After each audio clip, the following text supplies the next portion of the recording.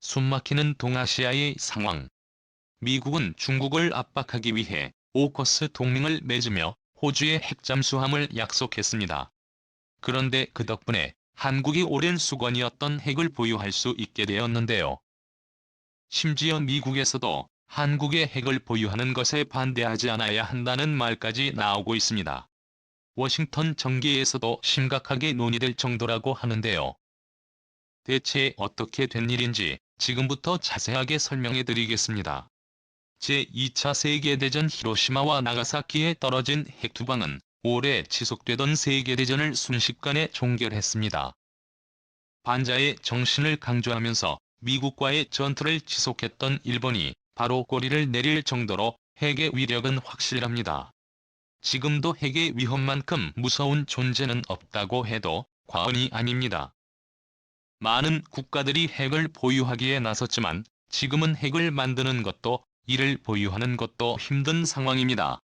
핵을 만들기 위한 원료인 우라늄을 미국이 철저하게 감시 및 통제하고 있기 때문이죠. 핵의 위험성을 누구보다도 잘 알고 있는 미국은 동맹국이라고 할지라도 핵을 개발하려고 시도를 하는 순간 무서운 칼날을 들이댈 정도로 집요한 모습을 보입니다. 한국도 이런 미국의 감시망을 빠져나갈 수 없었죠. 박정희 대통령 시절 한국은 미국 감시를 벗어나 핵 개발을 시도하려 했지만 이내 미국 감시망에 걸려 그 이후로 핵 개발은 꿈도 꾸지 못했습니다. 단 한국만이 아니라 모든 나라들이 핵을 만들기 위해선 미국의 허가가 있어야 했습니다. 그런데 최근 미국이 특별하게 핵을 허가한 국가가 있습니다. 바로 호주인데요. 갑작스럽게 공개된 인도-태평양 지역에서의 석자 안보 파트너십 포커스가 출범하게 되면서 미국의 지원을 받은 호주가 핵잠수함을 보유하게 되었습니다. 기존에는 프랑스의 쉬프랑급 잠수함을 기반으로 한 재래식 잠수함 특급을 받기로 합의가 된 호주가 미국과의 협의를 통해 원자력 잠수함 수입을 결정하면서 전 세계에 충격을 주었습니다.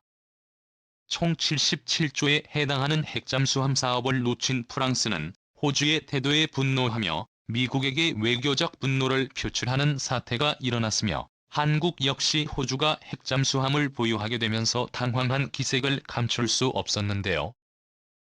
한국은 이전부터 핵잠수함 도입을 요청하면서 미국에게 핵제한을 풀어달라는 요청을 여러 차례 했는데요.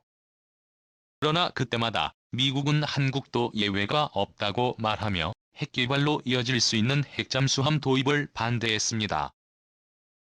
호주의 핵잠수함을 수출하기로 결정하면서 떠오르는 중국의 위협을 막을 파트너로 호주가 선택되었으며 중국의 군사력을 막기 위해 어쩔 수 없이 호주에게 핵잠수함을 제공했다는 발표를 미국 국방부가 발표하면서 한국은 의아함을 감출 수 없었습니다.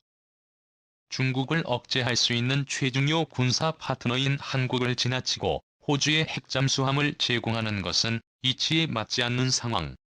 이런 상황 속에서 한국이 핵무장을 해야 한다는 주장이 등장했습니다.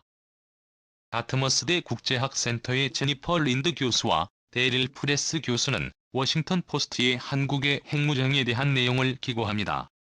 여기서 이들은 한국 핵무장을 미국이 지지해야 한다는 주장을 펼쳤는데요.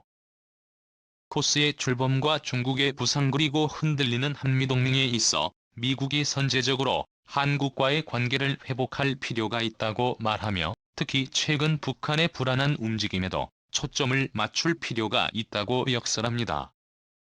북한은 최근 XLB함을 비롯해 소형 핵탄두 개발에 박차를 가하고 있는데요. 보스턴을 비롯한 미국 동부까지 북한의 핵잠수함이 타격 가능하다는 시나리오가 나오면서 북한에 대한 위협은 비단 미국만의 문제가 아닌 한국에도 심각한 위협이라는 부분을 드러냈습니다. 한국이 재래식 무기로 북한과 중국의 위협에서 온전히 스스로 지키는 것은 불가능에 가까운 일이라고 말하며 이를 극복하고 동북아시아 정세의 균형을 가져오기 위해선 한국의 핵무장이 필수라는 사실을 지적합니다.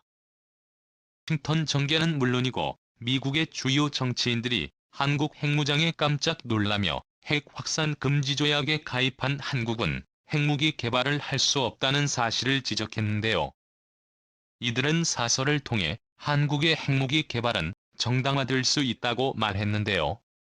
핵확산 금지 조약 10조에 따르면 본 조약상 문제가 관련되는 비상사태가 자국의 지상 이익을 위태롭게 하고 있음을 결정하는 경우에는 본 조약으로부터 탈퇴할 수 있다고 명시되어 있습니다.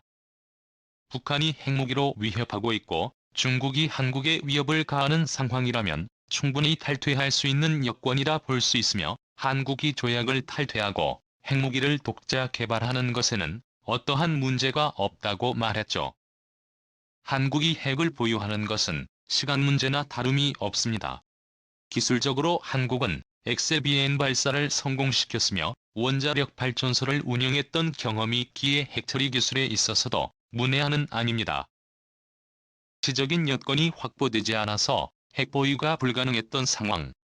하지만 워싱턴에서 한국 핵 보유에 대한 긍정적인 반응이 나오는 가운데 한국의 핵 보유를 하지 않을 이유가 사라진 셈입니다. 결정적인 계기가 된 호주의 핵잠수함 수용에 대해 한국이 같은 논리를 미국에게 들이댄다면 미국이 이를 반대할 이유가 없기 때문이죠. 대중국 방어에 골몰하고 있는 바이든 행정부 입장에서 가장 중요한 파트너인 한국이 핵을 보유하면 저절로 중국을 견제할 수 있기에 보유를 반대할 이유가 없어집니다. 더군다나 핵을 이미 소유하고 있는 북한을 견제한다는 대외적인 이유도 충분하기에 핵을 반대하는 것은 쉽지 않습니다.